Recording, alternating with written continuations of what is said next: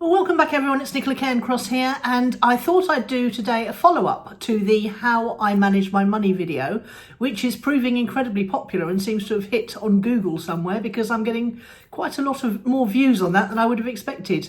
The second part of it, after you've got your weekly cash flow up and running, is to actually have some sort of way of telling how you're doing on a month-by-month basis. And it's a sort of management accounts, if you like, but you can also use them for your personal and business bank accounts. And it enables you to see where you are spending too much money and where you might want to cut back, so that you can be frugal where it counts and luxurious where it doesn't. As my favourite hotel, the Hoxton Hotel in London, always says. Their strapline is luxury where it counts and budget where it doesn't, and I love that. So let's get stuck in and I will show you how it goes. You'll be amazed how easy this is. We've just opened up our spreadsheet, which you'll see I've made look a little bit more realistic because I've added in rent, mortgage, domestic rates, electricity, gas, internet, insurances, all that sort of stuff. And I've gone along and I've made sure that we're covered with our income and our outgoings. And so what I wanted to do now is I just wanted to show you the way that you can create a simple management accounts. I wanted to just show you how we do that here. So we'll start a new sheet. And what we want to do is we want to go over to, let's go over to domestic, because we haven't got anything on the business tab. And we want to copy this, the contents of this column here. So let's just go down like that. And right click and copy. And go over to sheet number 3, as it shall be known for now. And we'll put that in there. Okay. And then we just want to bring back a couple of these. That's it, just to make it easier visually. I know people do lots of lovely things with their spreadsheets, and I'm not one of them. So what we want to do is we're starting in January. So I'm just going to go along and put January. And good idea to put the date in here, 2023. And then now theoretically, if I copy those two or highlight those two and then drag a little box along, it should go to, look at that, marvelous. We want to go to December. There we go. And then we want to pull in this little thing here, fill that in grey. And then this will be our totals column because we need something to cross-check against. And that helps with that. Okay, then I'm going to go to job 1 column. And then what I want to do is pick up everything that happens in January for job 1. So the code for doing this is the formula, I should say. If you look at this box up here, you'll see it appearing, is equals sum, open bracket, and then we're going to swap over to this one, this sheet, and we're going to go along job number 1 boxes, and we're just going to pick up January. So I've just literally clicked on that first one, kept my finger down and dragged it along to the end of January. And that's why it's easier if you do in colours like we did that. Then I'm going to click return. I've let go of my mouse now and I'm going to click return. And that will take us back to here, and it's aggregated all the income for job number 1 in January. Now, this is a little bit of a pain because you have to go across all the months to do that. You can't just go fill right because some of the months have got different numbers of weeks in them. So you just have to go and do it manually. But it's not too bad.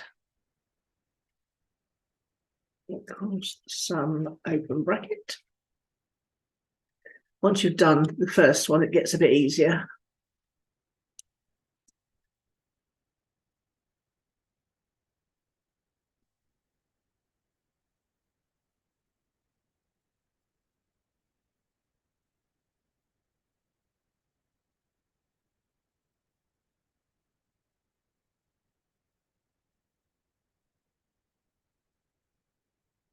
Equals sum.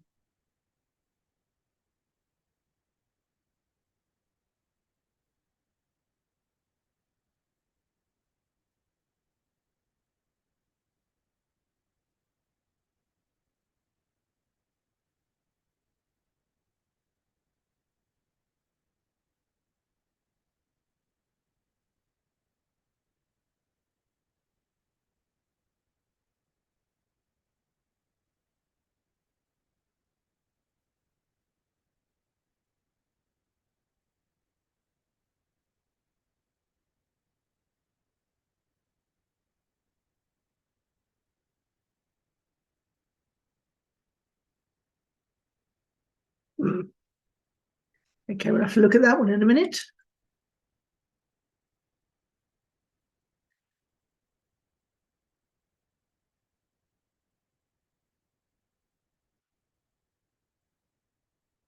Okay, so we didn't finish it off. So the reason that that one has come out as a 0 is because we put the payment in at the very last day of the month. So presumably they would get paid here.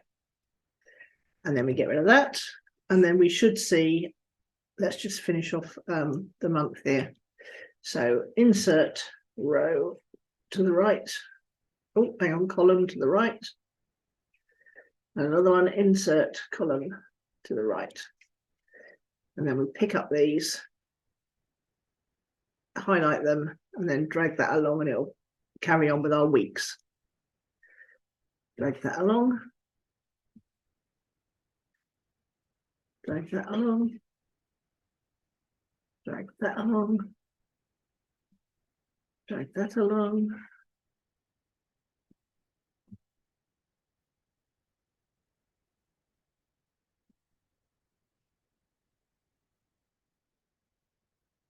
Okay, so going back to this one, you can see that now, oh, August hasn't got one in now, so let's go back and check that.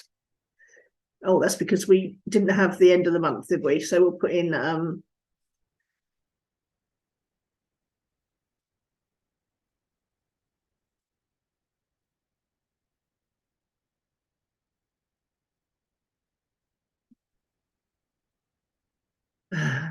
first of the month.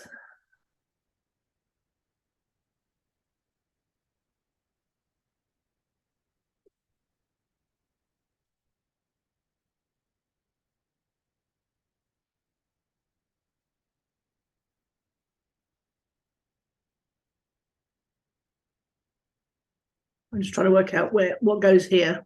14. I can get rid of these two.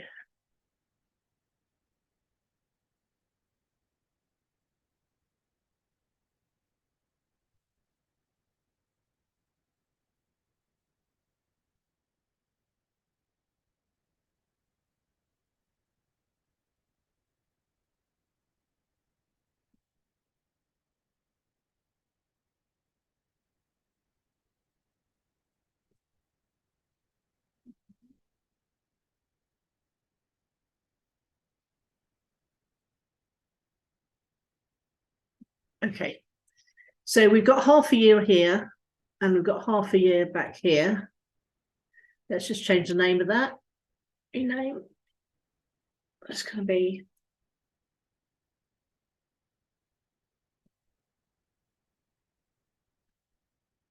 okay. Still nothing in August, so let's go back to here.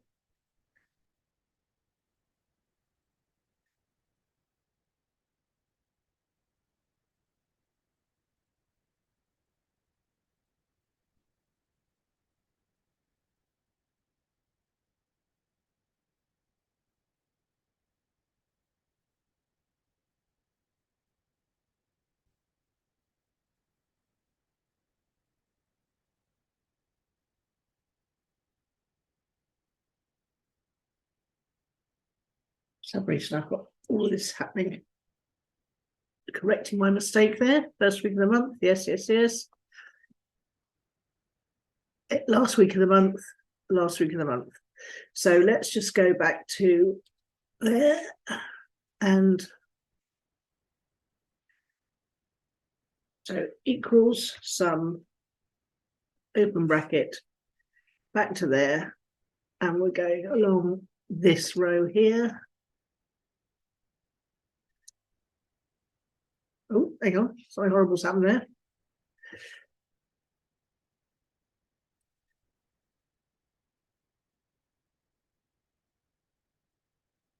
Okay. That's my internet connection's going a bit slow.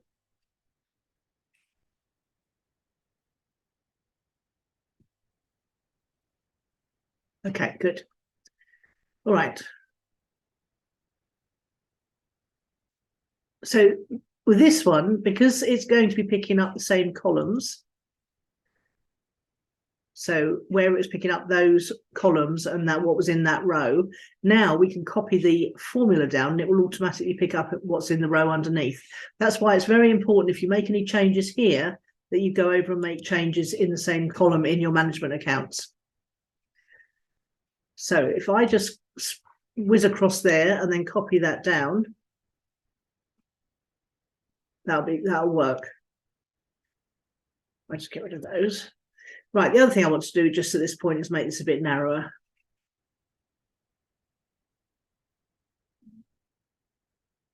So if you highlight all of the columns you want to make narrower and just make one of them narrow, then it'll do it.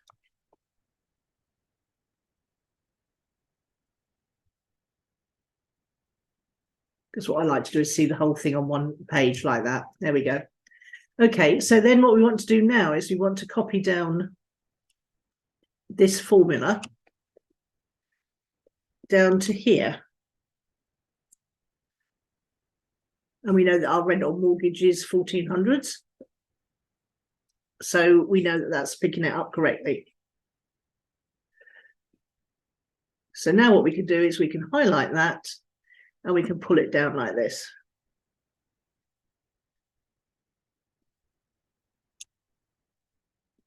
Look at that, isn't that marvelous?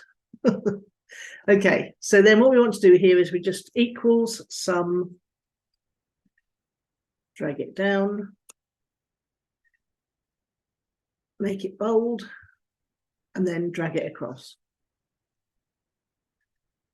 Should go right across to there, won't it? There we go. And then what we want to do over here is we want to add it up across the way, but because we haven't got 4 months in yet, we could just literally project what's going to be here. And then what I would do is I would make this a different color or a lighter shade of whatever it is, text color, so that you know that that's just an estimation. And then what you do here is you go equals sum, and then we want to add up across here. We can see there's something going wrong there because that's got 0 in it. But we won't worry about it now. And then we can drag this one down, get rid of that one. And then we can copy across one of these sums from here to here. And it will add up everything that's in this column. Now, what I like to do is I like to put a check column in. So that involves inserting a column to the left, insert a column to the left, make this one a bit wider, make this one a bit narrower. And then what we're going to put in here is going to be the check column. And what that's going to do is add up sideways where this one's adding up vertically. So with this one, we'll go equals sum.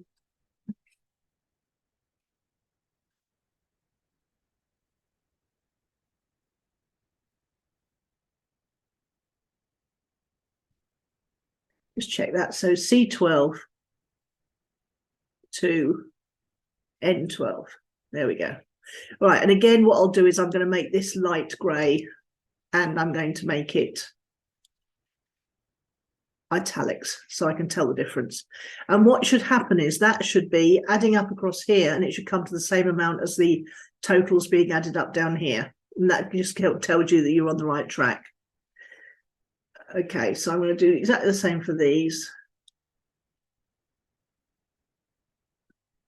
And then what I'm going to do here is freeze the columns as well. So view, freeze, one row, view, freeze, one column. And then as I whiz across, everything will stay the same. And as I go down, I'll be able to see the top as well.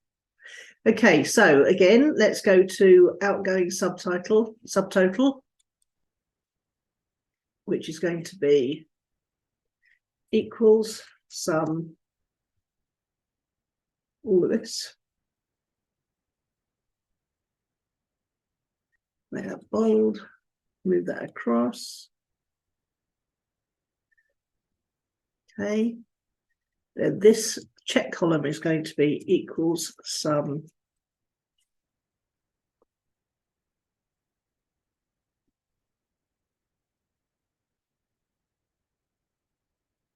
And then this one is going to be, in fact, we could just copy that from there.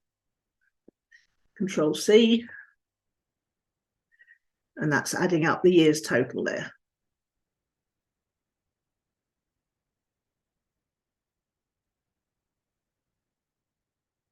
And that needs to be bold. Hang on, that's not right. We want to add up vertically here. So equals sum.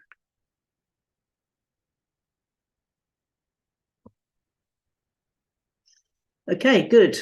Let's put some grey in there.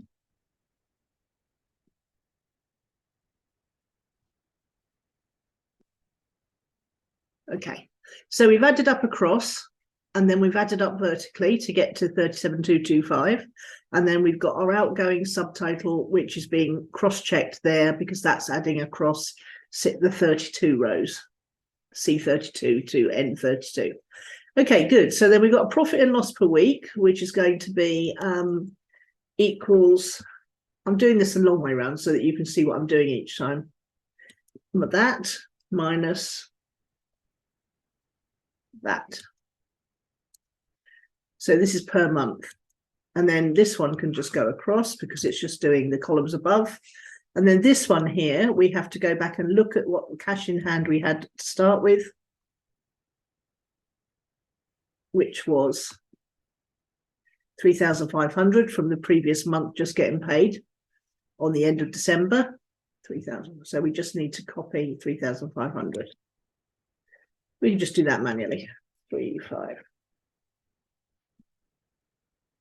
Oh, no, we can't. Let's insert column to the left. Insert column to the left. Make that one narrower.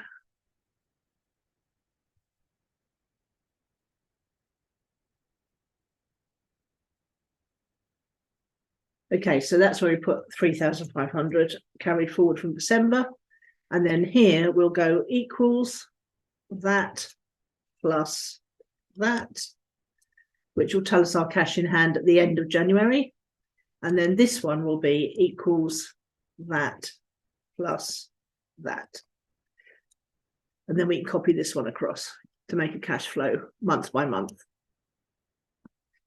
Okay, then we also want to put in, let's put in some lines.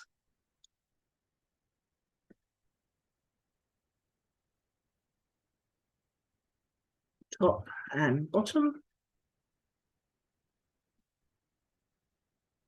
And we'll make the bottom one thicker.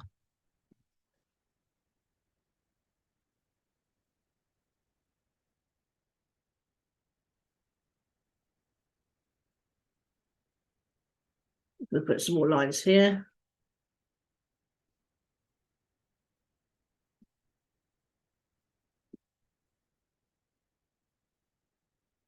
Okay, so we started. So this is exactly the same as what we've got on the other sheet, except this is picking up the information from the other sheet. And then what I always do, I know we made it grey there to let us know that there was some stuff missing and we had to go and pick it up manually. What I'm going to do now is I'm going to make that a slightly different colour, and I'm going to make that purpley pink, and then I'm going to make everything else light, because none of this has happened yet. So I like to put everything in grey until it's actually happened. And that alerts me that it's not happened yet. And as with the other sheet, what we do is we make it bold when it actually happens.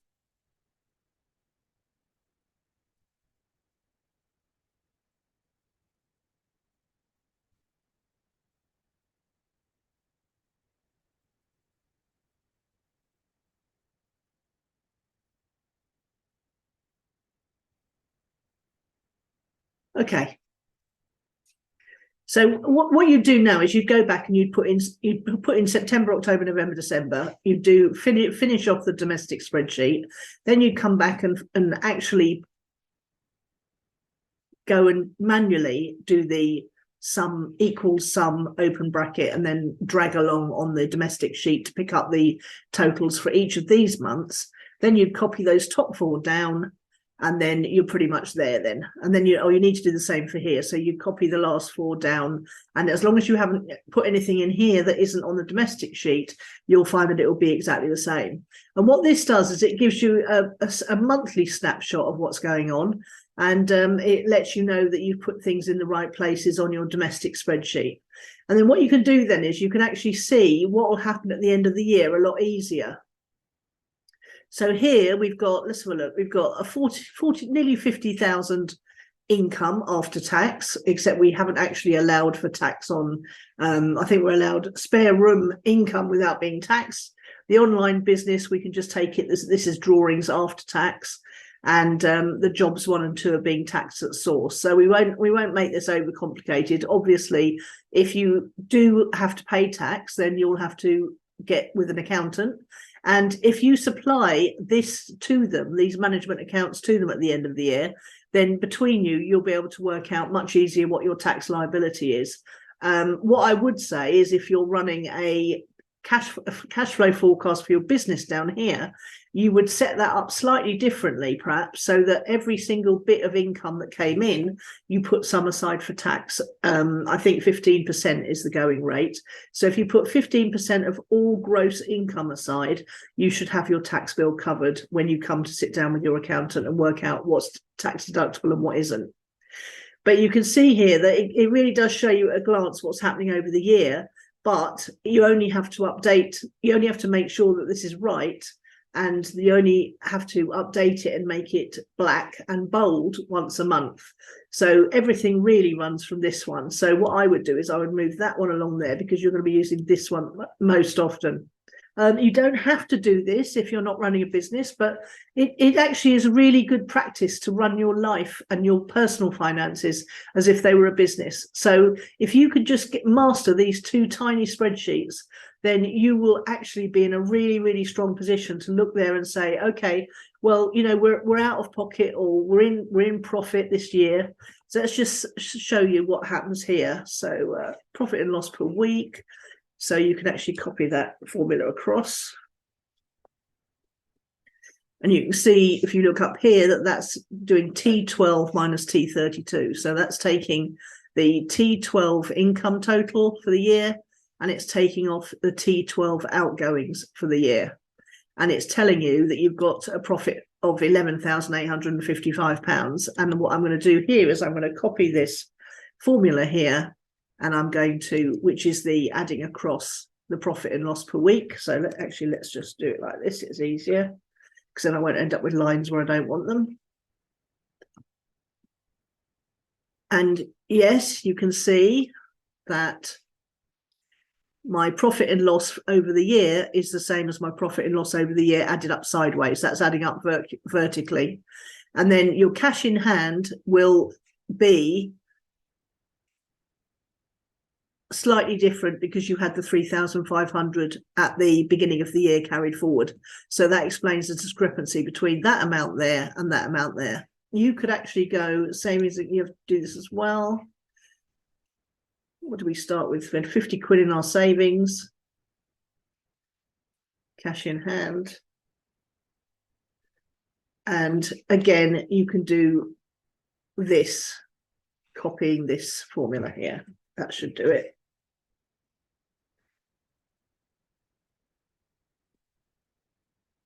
Yeah, there we go. And that's picking up from rows E40 to I40. And if you look back here, you'll see that E40 is there, and it's picking up to I40. There we go. Okay, savings account curative. So that would be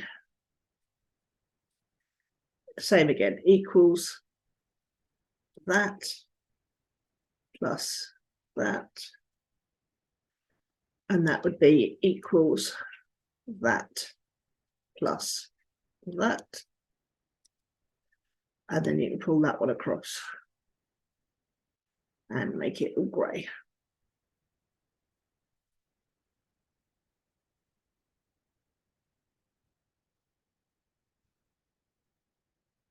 until you get to the end of January, when it'll all be bolded on here as you've gone along and reconciled each week to your bank statement. And then you can come over here because you know that it's all right. You know that this is picking up the information from that spreadsheet, and you can make month one bolded and black text. There we go. In fact, you don't even need to bold this one. You can just say that if it's black, it's been confirmed, and if it's grey, it's still in the future.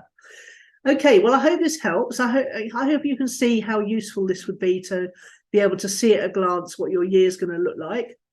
It really does head off problems at the pass, and it really does help you to work out, you know, what you could perhaps economize on, luxury where it counts, budget where it doesn't. That's what we're aiming for here.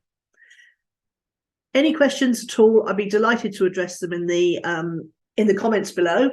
And the other thing is that I have my first 3 chapters and the introduction of my Money Gym book on here on this YouTube channel. So if you have a look in the description of this video, you'll find the introduction audio being read out by me, and it's a lot of great stuff in the Money Gym book. It's a little bit older now, but it's still very, very relevant. I redid it after the property crash of 2008, 2009. That will help you enormously to get your head around the more psychological aspects of looking after your money. And then, of course, if you've got a small business, I would highly, highly, highly recommend that you read and implement the Profit First book. Because what that does is it shows you how, when you're making up your spreadsheets, how you need to work out your income. And instead of putting your savings down the bottom, like I have here, what you do is you put your savings line right at the top underneath the income, and you take out your savings before you fix your expenses. And that is the only way to start savings. We call it pay yourself first. The only way you can start paying yourself first is to take it off before the expenses come in. Because if you leave it down to the bottom down here, you'll find that if you have a tight week, that will be the first thing you cut, will be your savings. And that's absolutely the wrong way to do it. You need your savings to be the most important thing that happens. And then you need to live on the rest of your money after your savings have been made, because it's only by saving and then investing in things that will make you money in the future, or things that will generate you an income now, that you'll get to the point where all of this stuff can be covered by the income from your investments, rather than you having to work for your money.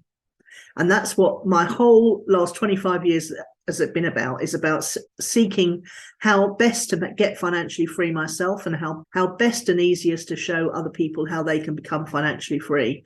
And quite a lot of my Money Gym clients are financially free now, which is absolutely amazing. And I certainly have the freedom to do what I want. Okay, I hope this helps. As I say, any questions underneath, and I'll see you tomorrow.